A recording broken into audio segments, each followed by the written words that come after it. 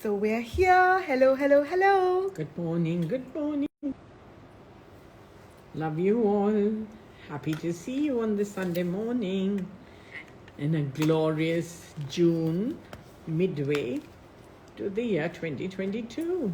Yes, the first weekend of June is here, and we're ready for this very, very interesting Sunday Collective topic about the flickering flame and the shadows it creates and how we can be watchful of it. And so, welcome everyone. I see Simran, Sani, Mamishi, Mansi, Neelu, and many others. Nandini, everyone joining in. So exciting.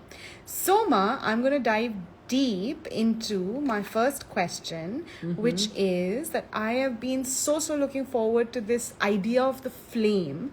And so is the flame our digestion? Is the flame our karma? Is the flame our thoughts? Is the flame the divine illumination with the guru's presence? Or is the flame the divine itself? So who or what is the flame? The flame is definitely, the flame is an aspect of, if we want a flame, like you want to have candlelight dinner, then you light a candle. If we are doing puja, we light a ghee lamp, or, sometimes for cleansing, we also use the mustard oil or the sesame seed oil to ignite flames for purification, for, creating good health of the home energies or in the environment of the office. And sometimes remember that as Hindus we are doing yagyas, and we are offering the mantras and all the aushadhis, the 108 different ingredients that become the samagri for that havan, and we are offering each chant into the fire, and that fire is the tongue of Vishnu.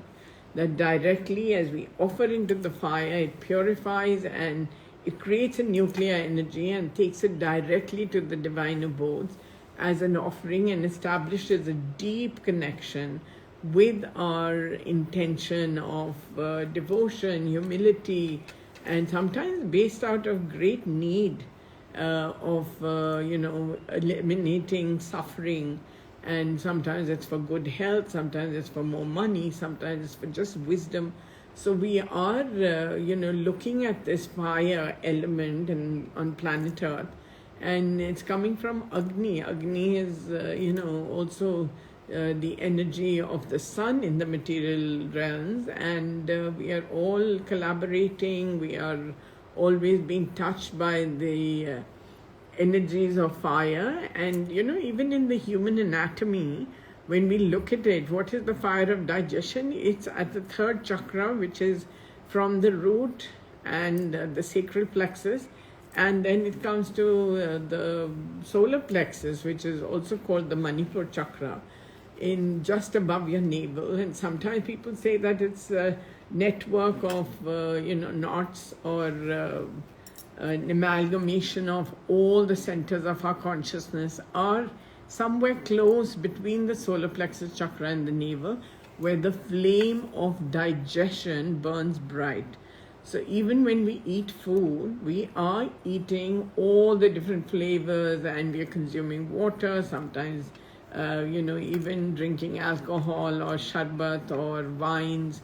Whatever you're drinking, it's quenching your thirst, but at the same time it's going into your solar plexus, and whatever our body is needing, the nutrition is going into our body, into our bloodstream, and the rest we are excreting out of the human anatomy.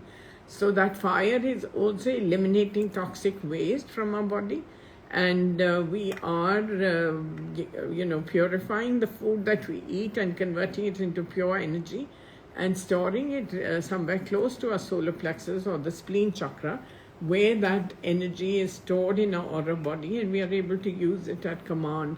We don't even have to say come. It automatically is built into our anatomy of the aura, that the energy is waiting there for us to be moving ahead. Now when we don't have this profound flame of consciousness at our solar plexus, then we can get very stagnant energies, and the fire is not burning bright, so there'll be a lot of mucus, there'll be acidity if it's very high, and there could be sluggishness, depression, anxiety.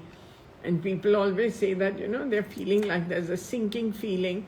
And I always see that the flame is very, very small when people are feeling very imbalanced and unhappy, because that fire is not purifying and not taking away the depression, the anxiety, the sluggishness, the procrastination, the helplessness, the fear, the anger.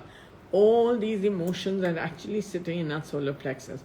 And when the flame is burning bright, then everything is wonderful, and we are very charged, and we are raring to go. We are able to love, we are able to forgive, we are able to bring light into our lives. And so that light, the first point or the pivotal point of the human anatomy in the aura is that flame burns bright at the solar plexus. And it creates shadows. So wherever there are shadows, there's sluggishness, there is some unhappiness, some fear, some anguish, some pain, some sorrow, some doubt, and sometimes great blindness.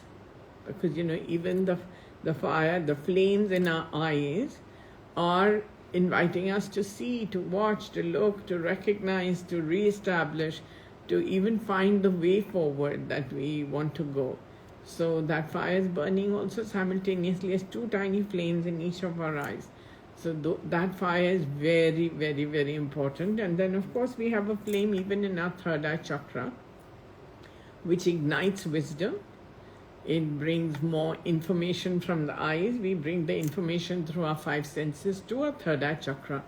And that flame of illumination is linked to enlightenment, which is like a spiritual source of connection, or,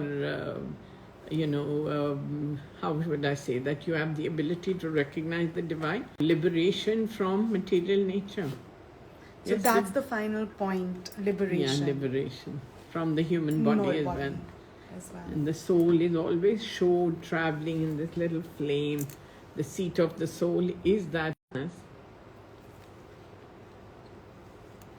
The seat of the soul is always recognized as a brilliant blue flame that is traveling into the cosmic spheres, and that's how the soul goes back and comes back in the physical body with man, buddhi and ahankar, the mind, the ego self, and our intelligence that we are gathering from previous lifetimes and bringing into this lifetime. And of course, all this is stored in the Kundalini chakra, which is just like a couple of inches above your root chakra at the base of your spine. And this Kundalini chakra flame ignites when we have episodes of great enlightenment and lot of spiritual work. Then that flame burns up the negative karma and reestablishes the blueprint of our life, where the journey is part of moving towards enlightenment and liberation. Yes? Yes, absolutely. So when, as you were discovering for us in the sense, or like painting this picture of discovery of all that is possible in this realm of the flame and the shadow, I was just wondering two things. That the first, is the flame then an indicator of wellness, yes. Yeah. So whether it's the spiritual flame or it's the flame of digestion, it's the flame of our thoughts, it is an indicator of wellness and intelligence being restored. And interestingly enough, the flame is also sitting on our tongue. And sometimes I tell people that there are 32 flames inside your mouth, that even when we are talking, the flames in our mouth are very active to destroy everything negative that we are speaking and thinking and fighting. Supposing you're angry, then they say, no, he's burning with the rage and the fire of his fiery tongue, right? Mm-hmm. So it's bringing forth some great ability to burn in toxic revelation the person that you're communicating with. So it's the flames are everywhere, but we are really looking at the shadow of the flame. That what is that aspect of the flame that we really need to recognize in the material universe, that it brings light. I'm just reminded of a story that Agni Devta was very much in love, and he wanted to marry his beloved, and then some Rakshas came and took his beloved. The Rakshas came and took his beloved, and he was devastated, and he was looking and looking and looking and looking, and he couldn't find. And then eventually he seek the help of all the plants, the trees, and the witness cells of the material, silent witness cells who are witnessing everything. And then they whispered that, she's there, and then she's hiding. So then Agni Devta was very angry. He took his beloved and he went and hid in a cave. So the whole planet Earth and our world became very dark, very wet, very soggy, and completely devastated in darkness. And this darkness then continued to establish, and then this darkness was becoming permanent on planet Earth. And then Brahmaji got very worried, so he went to Agni Devta and said that please come. So he said that if there's no respect for me, what can we do? Then Brahmaji, what, Divya? I think we're buffering, Ma, so you'll have to start from when there's no respect for me, when Shani Dev said that. Not Shani Dev, Surya Dev. Surya Dev, yes. Yeah, when the sun got you. And you just come back and everything that you touch will be purified. So that is the magic of the sun's light, the illuminating factor, that whatever it touches, darkness disappears, and then there is huge patterns of complete wellness. But even the sun is then creating the shadow, na, Ma? Yeah, of course. So then what does that mean? The shadow is actually a false ego cell that is represented by Chaya. So that darkness that brings, when we close our eyes and we go into a meditative trance and we are really looking at healing and reflecting and all, then that shadow is very enlightening, very purifying, and very vast with the presence of the light, the internal light, right? But in the material nature, the sun is omnipotently present and brings the light, and the moon is the reflected light of the sun itself. So the heart and the mind are constantly like twin flames.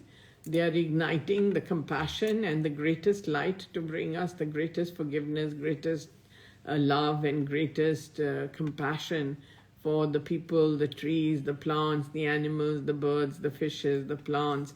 We have to understand that each one of them has its own presence of illumination, and the light is traveling far and wide. And depending on which aspect of that we are looking at, the sunrise or the sunset or the midday, or we are looking at the middle of the night, the midnight. Sometimes the midnight can be so illuminating with the blue light.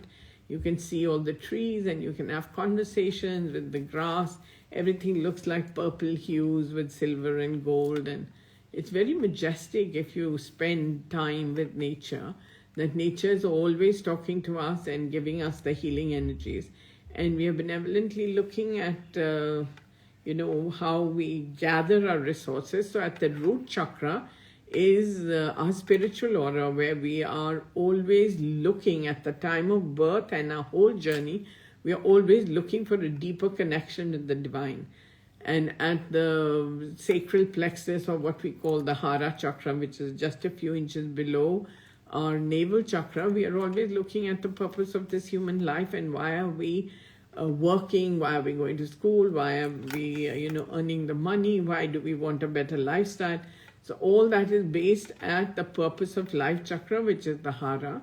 And then we come to the third, which is the solar plexus, which is above your navel, a few inches above your navel, where everything is happening. All toxic waste, all fuel, all energy of food and water and all is all going into this. I call it the garbage bin.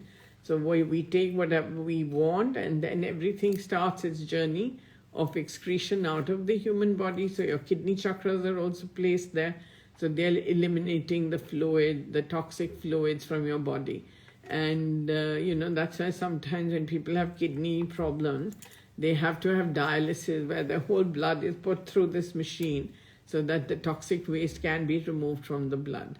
And then, of course, is the heart of all illumination where the divine rests with you. So the flame of the heart is twinkling to show within your inner self that you are not alone and the divine is always with you. And then at the throat chakra is our communication center of the blue light, where we can expand into the cosmic universe, bring the energies of all of divinity, of the planets, of even nurturing agents of divine interventions that are looking out for our welfare. And then, of course, is the third eye chakra, which is illuminated by our five senses, and is the charioteer of whatever decisions we make, and ride on that carriage of, the heart and the mind. And then, of course, there's that beautiful golden flame at the top of our heads, which is dancing on this diamond-like surface and being reflected millions of times into our universe. So wherever we look, we will get information, but most of us go through life really not noticing what's happening. And sometimes we think it's not important for us, but sometimes if you look carefully, there's a message in everything for everyone. That's beautiful, Ma. And when I'm just listening and understanding every word that you're saying, there is a phrase that's coming up in my mind that one has heard from childhood, which is that Rom Rom me Ram. That on every hair follicle, every particle or atomic part of your body should be resonating with the name of the divine, or at least the acknowledgement that we are divine and this is a divine life, a divine body, a divine experience. So just from a healing standpoint, you always, even in the beginning of the session, you talked about the flame in the heart, the mind right now, and the third eye. So is there a flame in all our chakra points? Yes, in all the chakra points. And that baby, you should really understand the magnitude of the flame, that there are 72,000 nadis or pathways. Just like we have hair on our body, in our aura body also we have these golden hairs which are growing. And these 72,000 nadis or pathways or hair-like structures or corridors of light that we have, there's 36,000 on our right side and 36,000 on our left side. And these are with everyone, even with the trees, with the beings. These 72,000 nadis are interwoven networks, like the cosmic internet and all that is being established. It's just a replication of the spiritual realms and the human anatomy of the aura and the energetic fields. So every corridor of light has millions of atomic nuclear fuel centers. Just like you have a car and you go to a petrol pump and you want to fill your fuel. So the same way, these 72,000 nadis are constantly bringing us spiritual fuel. And we are constantly, if we are really energetic and we do the exercise and we eat healthy and all our fires are burning bright, then we are very illuminated beings. And we are on the path to liberate ourselves from all toxic waste and move towards enlightenment to serve in the divine abode. So, the understanding is that even in this realm, if you're aware of your light body and also looking very carefully at the shadows, you will definitely, be very empowered. I remember when my father was teaching me how to drive, I used to get scared of, the buses and the trucks, and I would shrink to the side of the road. And my father used to always say that don't look at the vehicles, look at the shadows. Oh. Yeah, and so he taught me how to drive very slick. And it was always to watch the shadows of the traffic which is oncoming, and also the traffic that you're flowing through in the direction. And it's a very interesting experience that if you look at the shadow, you will discover more about your presence in the material universe. So the shadows of our thoughts and the shadows of our actions. The So how do shadows we- of other people, infringing, somebody forcefully hugging you. So, you have to be very, very careful of who you're allowing into your circle of influence. I was going to say interference. That could be the negative. But it's the influence. Everybody's influencing everything. Even if you have a special cup that you drink tea, and one day you change that cup, that reference point or that influence will change the way you drink that tea. Will you enjoy it just the same? Because sometimes repetitive actions bring huge resonance of comfort to the human being. So we are very visually inspired in what we hear, what we see. The tea could be tasting better in a new cup, right? But you're always going to say, oh, this cup is where I want to drink milk in this cup and tea in this cup and water from the silver glass or the copper glass or the metal stainless steel glass. Everybody has their favorites. Yes.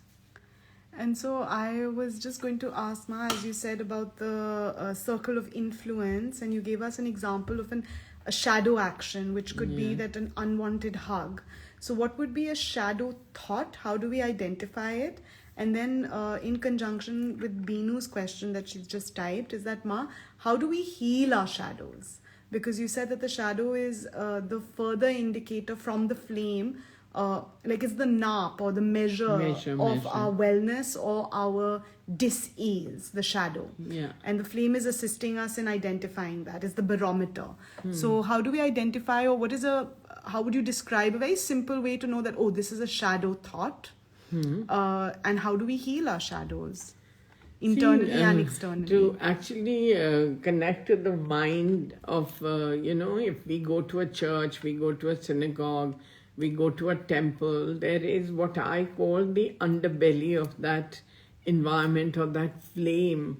That there is a lot of sometimes darkness and poverty, and sometimes I find, even around very, very big temples, there is also lot of crime. Sometimes there is also drugs business, they're selling drugs, and sometimes prostitution. There's so much of this congregational energy that it becomes like very smoggy, very wet, very dark. So people don't really want to get, where is it darkest? When you light a flame, is beneath that flame is the darkest point, because the light is everywhere. So how to watch your thoughts and to understand that everything that you criticize, everything that you say negative, everything that you think negative is creating karma. Because remember that how is karma created? Karma is created by first the thought, then the willing and planning, then the action, and then the reaction. So everything starts with the thought. So if you think today that, I'm going to visit someone, and you really have it in your heart, but then, maybe there's no driver, maybe you can't drive yourself, maybe they are not willing to have you over. There could be so many permutation, combinations of, so, at the end of it, because you planned it into your day, at the end of it, you are going to take it as something that's not done properly, or that's not completed, that action not completed. So that then becomes a resonating thought somewhere in the filing cabinet of your, what do you call it on the computer? No? It's like... Your drive. Yeah, your drive. That your C drive or your... Yeah, you keep saying, okay, remind me tomorrow, remind me, tomorrow. Yes, some things come up, we want to enhance, update your app, and you say, remind me tomorrow. Not now. Yes. So delay. So procrastination would be the biggest shadow? Yeah, one of the biggest shadows. One of the biggest shadows. And anger and fear, all these are shadows that appear somewhere between our navel chakra and the purpose of life, the Hara chakra, and it all filters into your Kundalini chakra, where your karma is resonating with darkness. And when you illuminate the red flame at the root chakra, then that flame is touching and illuminating your karmic resonance, and you're able to navigate through it very easily. But when I tell people that, you should eat some red fruits, vegetables, maybe you should have some yellow fruits to activate the solar plexus, maybe wear yellow, wear red. So people think, oh, why, how will something as simple as that work? But the reality is that like attracts like is a universal influence. And depending on the energies of the sun and the light is orange and red and yellow, these are the flames of illuminating consciousness. So you are inviting them into your realm, and you are becoming healthier in your thoughts, in your vision, in your speech, in how you hear things, and you are able to touch the truth of your purpose of life. And so have you ever met anyone or seen someone's aura where there are no shadows? Yeah, many times. But those are people who do no action. Because when you do appropriate action or inappropriate action, built on that action is the next igniting of the flame. And so, whenever you light a flame, there is going to be some darkness. Supposing that you're lighting the flame that you want to invite 10 people for dinner today. Okay. So that is an invitation that you've sent out to 10 people.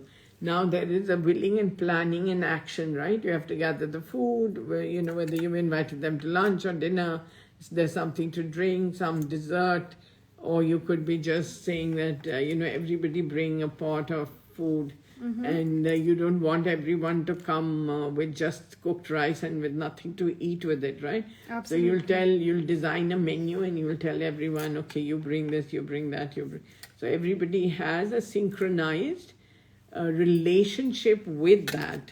Now, depending on what each one of them is doing while they're cooking, what are the thoughts, what are the actions, then it depends on what they're bringing in that resonance of that food. So I remember recently somebody was telling me, I had a terrible, terrible day today. So I was asking them what happened. And they said, we were going to have a staff lunch and everybody was bringing one dish. And my dish was that I had to make rice pudding. So she said that when I started cooking it, my mother-in-law said, what are you wasting all this food for, and why are you making so much, and why are you doing this?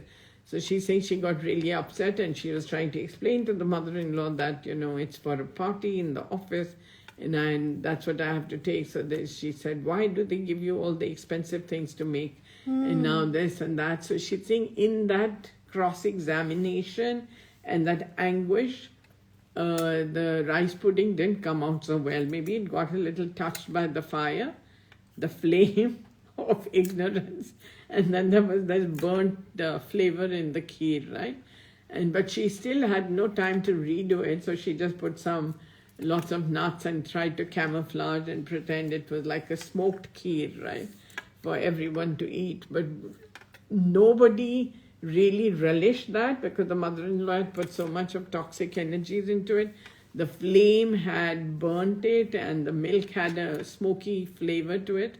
And when she brought her pan back half filled, the mother-in-law said, see, I told you, you're wasting good food.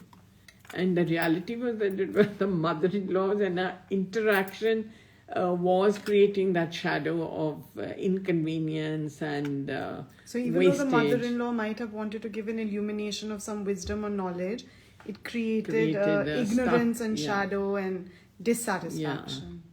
So then that means that we must always do action and with appropriate intention. Yeah, and with sharing. If she had just said that to the mother-in-law the day before, that can you just help me design how much of milk and how much of rice, and maybe involved her in the act of giving, maybe it could have had a different consequence.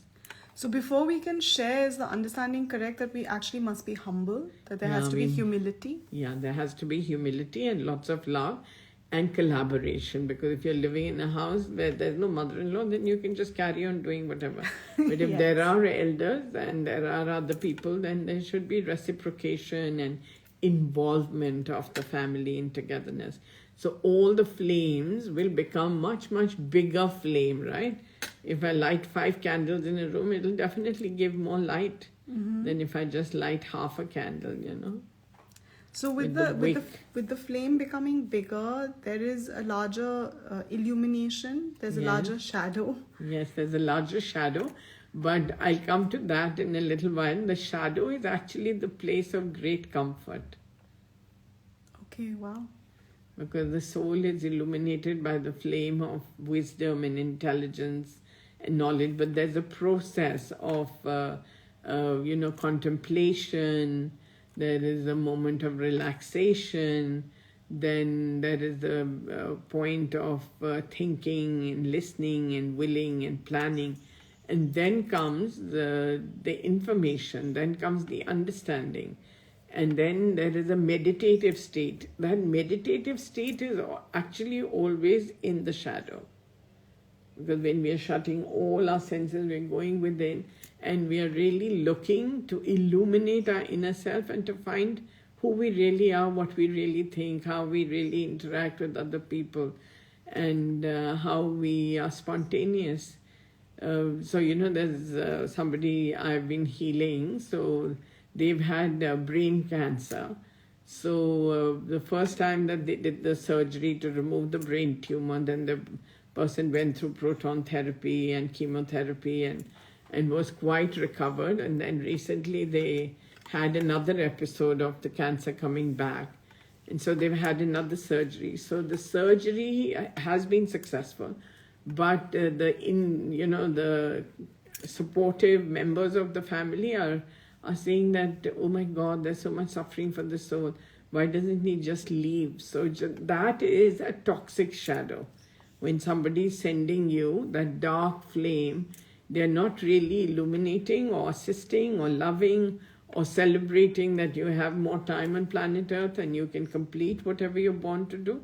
So people will send you anguish and pain and heartache and everything else that goes with human interaction.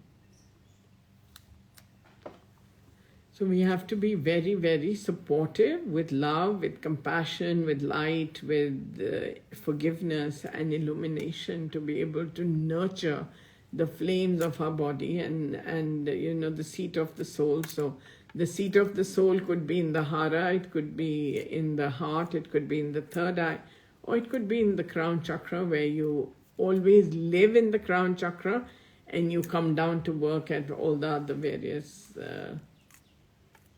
chakra levels. So the darkest is, of course, beneath your feet chakras, the soles of your feet. They are in connection with the illuminating flame of Mother Earth's crown chakra, right? Yes, ma'am. So wherever you walk, there is illumination, there is intelligence, there is wisdom. If you walk barefoot in the garden, your feet will tell you a lot more about comfort and discomfort and all. And you will say, oh, how come my feet know more than me? But they do. And they carry you to your destinations. Every day they're evoluting and, conceptualizing where they have to take you. Sometimes you say, oh, how come I reached here? I was supposed to be somewhere else. But your feet chakras decided that's where you have to be. That makes me really smile. Yes. And we have a question here from Arpita Saxena. She says, Pranam Guruma. Good morning. She asks, for us Hindus, the funeral also involves the giving of the Agni or the flame. Yeah. How can that flame be explained, and why are we not buried instead? That flame is because, like I said, that Agni was, invited back into the material universe by Brahmaji to give that whatever it touched, it would purify and take directly to the divine. So our body is also consigned to flames, and a lot of Westerners are also taking to, cremation Yes, as over burial, Yes. because it is actually a very sanctified process of purification and whatever are the elements of our natural resources that we built over time, that they can go with us, with the mind, the intelligence, and the false ego selves going to be in service to the divine. And what is the Agni really doing? The Agni is using its elemental fortunate aspect to deliver you to the gates of heaven, and also to give the air prana back, the earth prana back to the Mother Earth, the fire prana back to the fire or the sun, and water is also being used to immerse the ashes, right? We take the ashes of this cremation and we go and sprinkle them, in the holy rivers, so that there is complete distribution and there is sufficient space is created for a new soul to be born on planet Earth and to begin the journey of their spiritual ascension. So that is, remember that death energy, water is also a very, very strong purificator, that when you go for a cremation, you are told that go home and, have a bath. So water has the ability to even wash away death energies. So all the elements are very, very magnificent. So you can use the earth element to bury the dead, and they'll also disintegrate and become part of the underwater spaces and air pockets and rocks and stones, and you will dissolve. Your body will go back into the 5 elements. So that's how it works, and that's how it's been set up by people long, long, long ago. Could see, right? Striking to create the fire. Absolutely.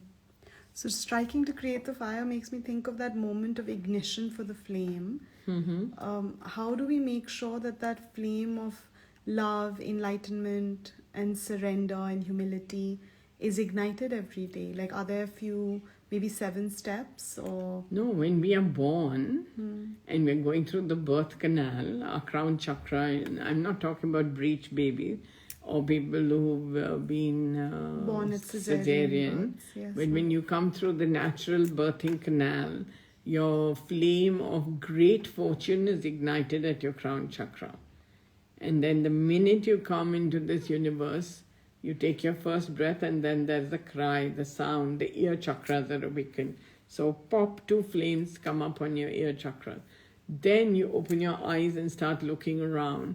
And then the 2 flames in the eyes, and then you are hungry. So a baby is born and is looking. The first instruct of the brain is that I need food, and so it's put to the mother's breast, or if sometimes to the bottle, depending on whatever is the necessity of the hour. So there's the flame of consciousness that is ignited to satisfy the hunger, which goes directly to the solar plexus. But at the same time, even though the baby is born with no physically visible teeth, sometimes children are born with one good luck tooth already out, and I've seen some of those babies. But all the chakras are manifesting the 32 flames of illumination in the mouth, and the tongue is the 33rd. That's why even in Reiki, we always heal the 33 chakras, which are directly linked to our internal flavor-seeking, hunger-satisfying mouth. And then all the other chakras, the root chakra of the baby and the back half chakra of the baby starts to develop. And in day 3, we already have the spleen and pancreas and the liver and gallbladder chakra coming alive. And it's interesting that just behind them are the kidney chakras. So the relationship with the parents and all is all developed over the next 40 days. That's why they say that when a new soul is born, you must give it 40 days, give the baby and the mother this communing time to commune with Mother Nature and all the energies and the flames of consciousness that are walking around with us. We are all walking with lots and lots of flames. I love that. And so we have Marjorie from the Philippines who asks that on that note, what happens to the flames of the crown chakra and the eyes and the ears that need to be born for babies or souls that need to be born by C-section? Like a Yeah, so cesarean? when the C-section, it just is delayed a little bit. And depending on, the mother's nurturing instinct and the parents, the nurse, I've seen that it takes about 5 to 7 days longer, but they all resurrect, because remember that these are part of our spiritual body, and the spiritual body begins at the root chakra, and the mental body is at the hara, the physical body is at the solar plexus, the emotional body is in the heart, the communicative body or the astral body is at the throat, and the divine astral is at the third eye, and the divine body is at the crown chakra. So all babies are divine beings that are being birthed. So the first illuminating spark or the flame to be ignited is even in the C-section when the baby is pulled out and the umbilical cord is cut, the placenta is disengaged. The baby's flames of good fortune start illuminating. So it's just kind of like a generator that's being started up, and so it's taking a little time to sort of activate, but the activation is for all. Yeah, because just like you light a candle, and if you want to snuff the candle out, you just disengage it from the oxygen that's present in Mother Nature. So when oxygen is not available, the flame gently dies down. So the same way, when we take our breath and the first independent breath of the oxygen goes into our body, it starts these flames of fire, and then these flames also diffuse at the time when we don't have the breath anymore, which is, of course, at the end of our life. When we stop breathing, then there's no more life. Then we are a dead body. So then all the flames congregate, and with the mind and the intelligence and the false ego, the flame begins its travel. Everything else is left here.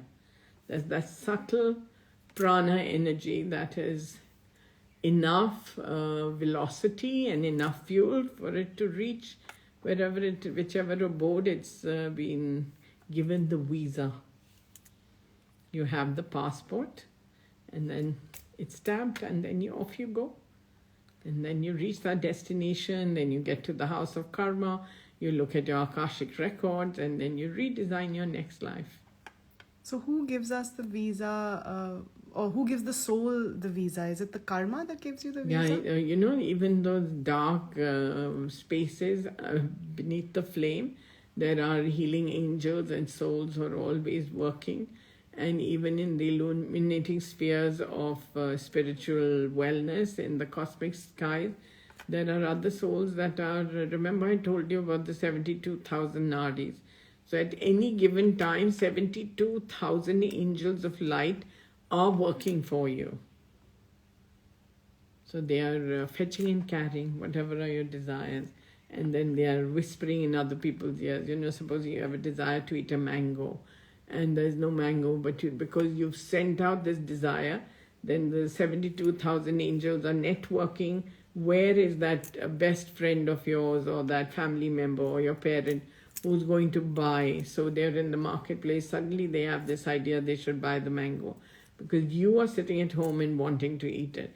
So they'll just walk into the door after a few, maybe an hour or maybe 15 minutes, and say, hey, I got some mangoes for everyone to eat. So, that's how the networks work. It's just like when we press on our computer to send an email, we're not really questioning how it's going to get. But when people say, oh, I didn't get any email, for sure that, it got there. Yes. They're just not looked at it. So they're pretending that it's... So then, in the WhatsApp, you say, no, okay, I'll send you another message and it'll pop up. Correct. So the same way in these networks of your corridors of your 72,000 nadis, they're crossing with fine networks of dots and stripes. So there are horizontal and vertical lines, and in the center of each of these there is a thought entity or an angel of light that's working, that's transferring your thought to other beings. And the nearest, like I think Uber, right? Yeah. When you call them, then they'll revert back to you that the driver is 10 minutes away or 5 minutes away or 3 minutes. Don't they tell you that? I think I've heard people saying, oh, my cab will come in 10 minutes. So they are also working in this horizontal and vertical network of, the message that you've sent out that you need conveyance. So the same way the cosmic worlds are also working the same way. There are lots of Uber drivers waiting to take you to your destinations. I love that. What an amazing visualization. Yes. So when we come back for our second session for today's Sunday Collective, Ma will be taking us through a short meditation connecting us to the shadows and the flames of wellness within us. Yeah, perfect. Love you all. See you in a minute. Bye-bye. Love and hugs. You're also special. Love you.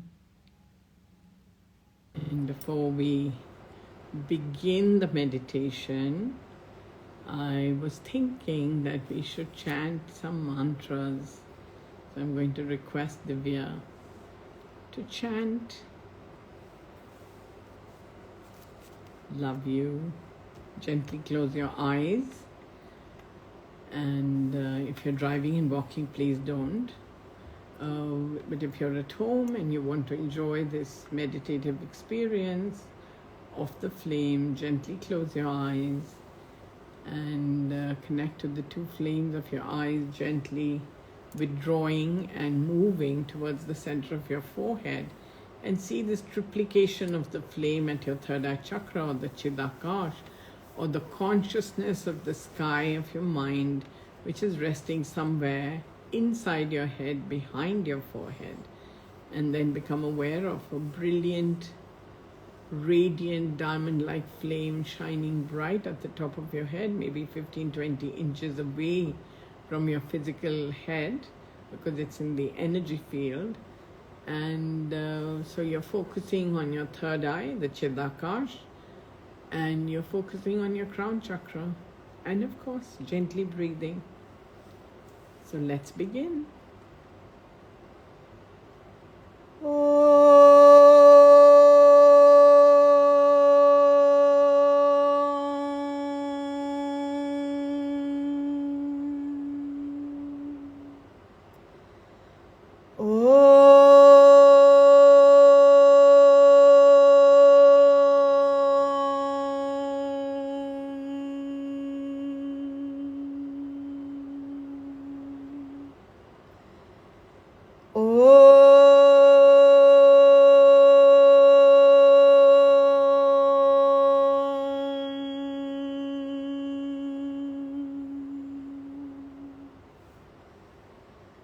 Asato ma sadgamaya tamso ma jyotirgamaya mrityorma amritam gamaya sarvesham swastir bhavatu Sarvesham Shantir Bhavatu Sarvesham Purnam Bhavatu Sarvesham Mangalam Bhavatu Loka Samasta Sukhino Bhavantu.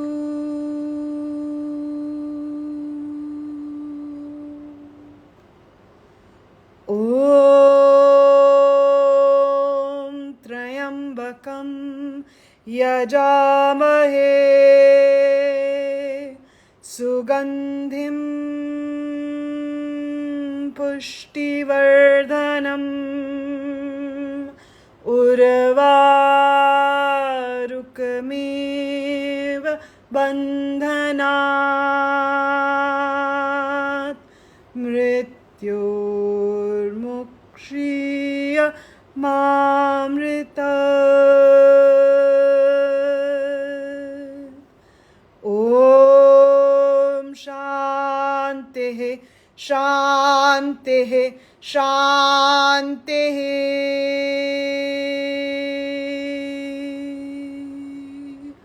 Hari Om.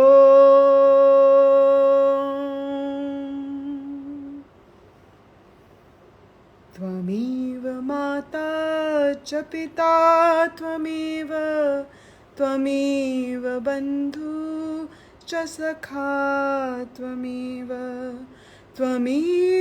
Vidya Dravidam Tvameva Sarvam Mama Deva Deva Tvameva Sarvam Mama Deva Deva Tvameva Sarvam Mama Deva Deva.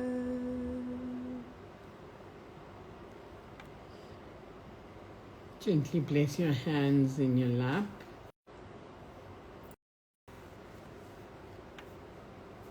Continue to stay balanced, centered, and in touch with the sounds of your inner thoughts,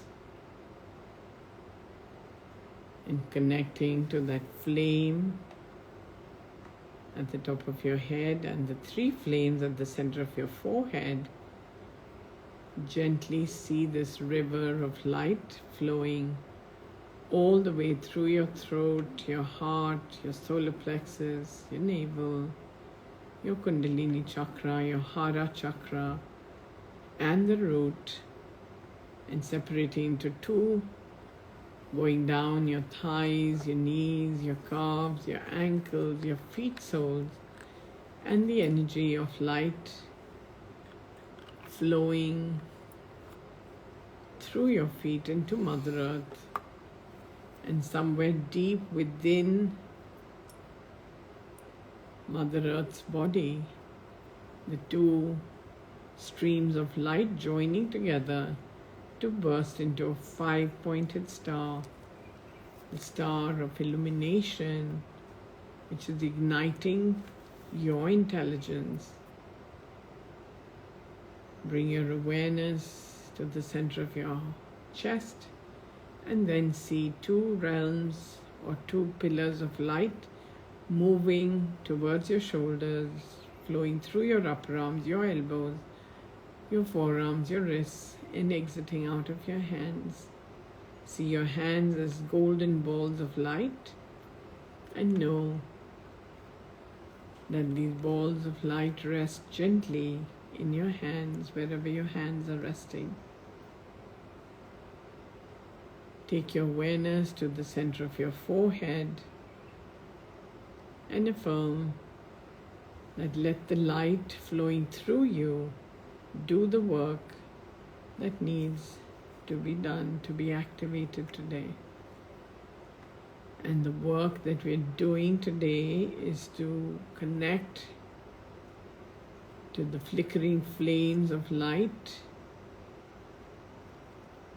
and connecting to all the portions of the body that are not filled with the light. So with each breath, visualize or know that tiny, tiny flames of light are being birthed, first and foremost for your physical body. See these flames of light inside your body and outside your body, resurrecting the light. And when your body is fully covered with these flickering flames of light, see these flames going into your home, into your world, to the people that you love, And see all of them receiving these flames through their breath and through the connection to the top of their heads. Know that these flames of intelligence and illumination are formulating into giant flames of wellness. So see your whole body covered with flames and see yourself sitting inside a flame, which is the base plate of that flame is at the star, somewhere within the body of Mother Earth, and the tip of the flame at least 2-3 feet above your head. This flame is warm, comforting, embracing, and reigniting your intelligence, your understanding, your information. And as you reflect and contemplate about your life, listen and hear well to your thoughts and meditate in this moment to understand that all the information that your mind is churning up right now is relevant to this moment, to this point of meditation. Connect to a higher understanding with the information that you have, so that there is knowledge, there is wisdom, there is freedom, there is access to more energy of the flame, so that you are completely drenched with the light pouring down. See the flame which is based below your feet inside the body of Mother Earth now beginning to fill up with gems and jewels. There are rubies, emeralds, blue sapphires, yellow sapphires, pearls, corals, diamonds, alexandrites, cat's eyes, all filling up and becoming part of this expansion of your flame. See those lovely gems coming from far above, filling you up, filling your legs, your knees, your thighs, your central torso, your arms, your neck, your face, your back of your head, and the top of your head. And then connect to the 72,000 rivers of light that are connecting you to external spheres of illumination, and see these gems rebirthing themselves and beginning to flow through these corridors of light. So by thought, by intention, by affirmation, affirm that you're unified in togetherness, promoting wellness on planet Earth. Become aware that the body of Mother Earth is also filling up with these gems and jewels, with the pearls, with the blue sapphires, emeralds, rubies, diamonds, yellow sapphires, corals, cat's eyes, alexandrites, aquamarines, amethysts, rose quartz crystals, all filling up the body of Mother Earth. Mother Earth feeling nurtured, and in this moment magnetically connected to the base of your flame. See this flame gently opening as a lotus around you. You're standing on Mother Earth at the center of your lotus, studded with all the gems and jewels, and the rays of light coming to anoint you with wisdom, with illumination, with knowledge, with enlightenment, and finally liberation from all toxic darkness, and where the only darkness that you are connecting to is the presence of the divine, further illuminating you in your knowledge, consciousness that you are a special being planted on Mother Earth to do the work of the divine. Gently bring your hands to a Namaste position and let's chant Om 3 times, starting now.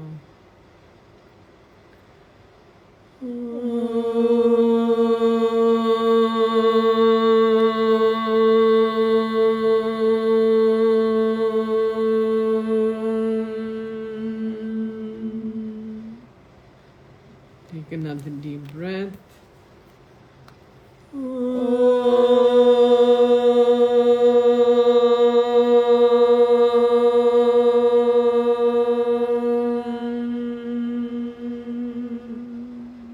Another deep breath.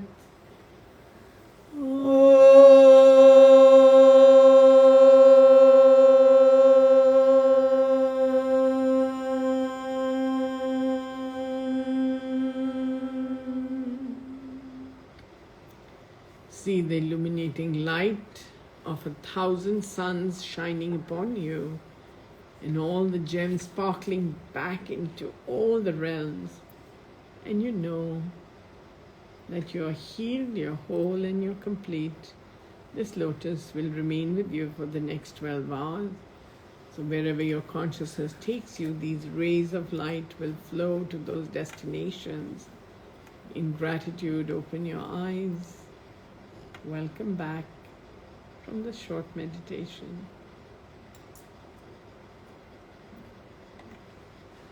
Thank you for joining Divya and me. If there are any requests, healing requests, please send them to us and we'll be here for the next few minutes if you have any questions.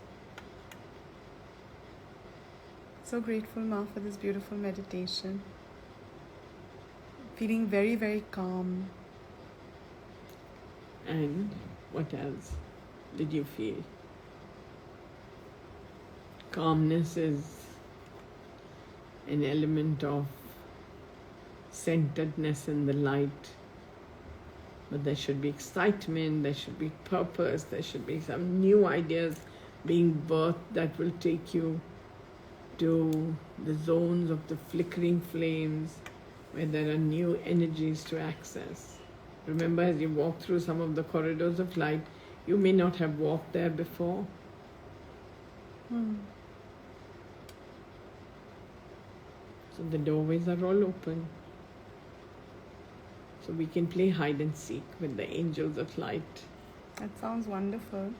Yeah. And as everyone has a pouring of gratitude for the meditation, we have a few healing requests. We have Mamishi, Mamta Carol, who says that Master healing request for Shivain Batra. Okay. Then we have Archana Chawla, who says, Ma, I request healing for my eyes. They are really in a bad shape. Okay. Recall and cancel the bad shape. And then we have Mithilesh Saxena, who has his cataract operation on Tuesday. So sweet. So requesting healing for that. Then we have Santosh Aunty, who says that her BP is not coming down. Please, she needs lots of healing. Okay, lots of healing. Drink more water, eat less salt, and the healing magic will begin. And then we have Marjorie, who requests for healing with all gratitude to see the excitement of their next chapter in their lives. I'm thinking maybe she's talking about her children. Yeah, it must be the girls. Yes. And Mamta is saying that he is the son of Dr. Puneet Batra. I know. And Anahita shares that she's feeling ignited, sparkling with excitement. Share the light. Yes. And Nelson is requesting, your affirmation, of his affirmation and healing, for that he is open with the fire around him and feeling the flame around all the people he loves. Yeah, and let me tell you the mystical aspect of this meditation. Wherever you live, wherever you work, wherever you are going to be in the next 12 years, the flames are going to dance with you. The flames that you have ignited specifically yes. in this meditation today. Yes. That's beautiful. And so do we come back to this meditation Yeah, again and sometimes we again? can. Or sometimes? Yeah, we Okay, should. We should. I'm sure you'll put it up on YouTube. No? Yes, sure, ma'am. I don't As know, you whatever guide. you do. Yes, we'll You've share got it. free will. Yes, we'll share it. Okay, wonderful. And then we have Sumita Singh, who says, thanks so much, Ma. Kindly send healing to Maria's GCSE exams Yes. and hope to see you in Delhi in July. Wonderful. I'm looking forward to it. Come soon. And then we have Manmohan Uppal, who says healing for his son Sarabjit and Hardeep Uppal. Hardeep Uppal. Yes. Yes, lots of healing for both and for him as well. Yes. And then we have, of course, Sonia Dhingra, Sheetal Babbar, Jasleen asking for lots of healing. Jasleen specifically for her knee. Oh, it's nice to hear that Sheetal Babbar is here, Yes, ma'am. sending her lots of love and remembrance. And we have Parshruti, who says, love you, Master, heartfelt gratitude. Love you too. Stay well, work hard, be super successful. The time is just right. And then Simran Sani says, Ma, thank you so much for healing Riza magically. Yes, and you're also magic. And then we have Ruchika Man, who says that sometimes when I meditate, I stop feeling my physical body and there's only space, a free space where I float. Yeah, that's wonderful. It's a great experience. It's called levitation of the psychic and the spiritual bodies. So that's a good indicator that you're doing well. And then we have Arpita, who's requesting healing for her mother, Veena Saxena, who's visiting her. Oh, it's so sweet, nice. Enjoy mother-daughter in Dubai. And Sonia Didi is asking for healing and special blessings for Karan as he is very upset and depressed. Okay, wonderful. I will send him mega healing. And then we have Ravish, Mr. Ash, who says, grateful for being the transcendental alchemist in this beautiful gold world. Yeah, my world is radiant with the diamond light today. And I'm sending all this energy to all of you. So stay well and happy. And depend on the light, depend on your ability to think right and do the action. Because I think sometimes we all have lots of ideas and lots of plans and lots of thoughts, and we just never put them into practice. So we should put them into practice. So for the next 10 minutes, as Divya and I bid you adieu, you can spend the next 10 minutes connecting to the lotus and the gems and direct those energies to people that you have not met in many years, or places that you really want to visit in the future, or things that you want to accomplish. So spend your Sunday morning meditating on. Love you all. Bye-bye. See you soon.